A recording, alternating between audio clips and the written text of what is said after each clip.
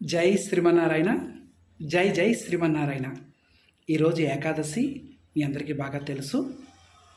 భగవంతుణ్ణి మనసా వాచ కర్మన కూడా చక్కగా భక్తి శ్రద్ధలతో ఆరాధన చేద్దాం.